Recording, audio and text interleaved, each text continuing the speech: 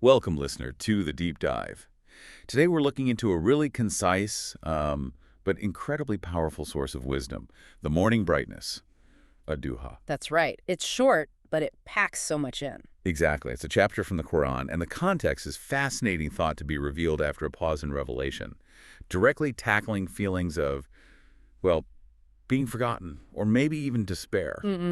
A very human experience. So our mission today is to really unpack the reassurance and the practical guidance in these verses, hopefully giving you some insights for navigating, life's own ups and downs. Definitely. And it's layered, this text. You get these profound statements of support, but then also very clear, actionable ethics. It's quite a journey from the personal to the universal.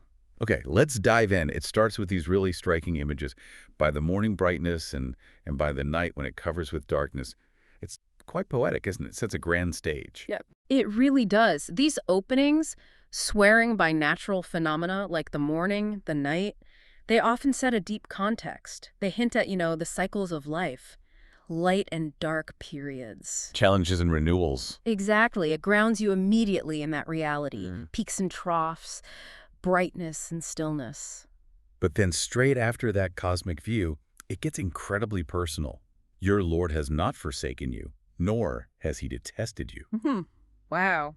That hits hard. It really does. It goes right to a core human fear, abandonment, yes, but also that's a subtle fear of just not being liked or being disapproved of. Right. Tested is such a strong word there. It's not just forgotten. Precisely. It's an act of reassurance against that deeper vulnerability. It says, no, you're valued, you're remembered, especially when things feel dark or uncertain. It's a very direct comfort. And it doesn't just stop at, you're okay now. It looks ahead with this huge promise. And the hereafter is better for you than the first life. And your Lord is going to give you and you will be satisfied. That's quite something.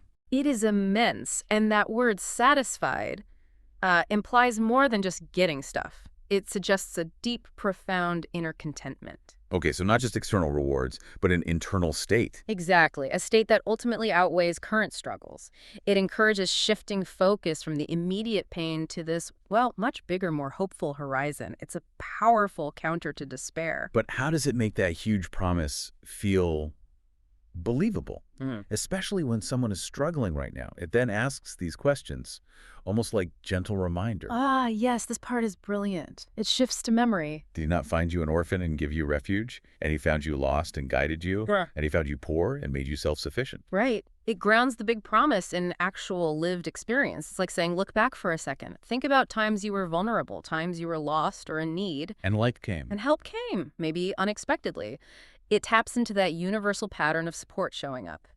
It uses these specific examples, orphan, lost, poor, which resonate with fundamental human vulnerabilities. So it's like saying, there's a track record here. You've seen this support before. Exactly. It's providing evidence, you could say. It demonstrates this consistent pattern of care and provision that history makes the future promise of satisfaction feel much more credible, more reliable. It's not just wishful thinking. That makes a lot of sense. But Right. sometimes, when you're really down, it's hard to even remember those past good things clearly.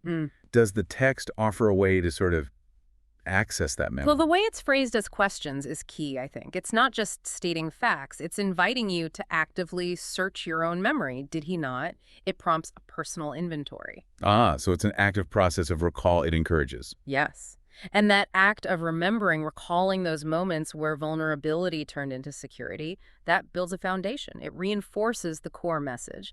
The support is ongoing. It didn't just happen once. Okay, so we've got the reassurance, the future promise, and the grounding in past experience.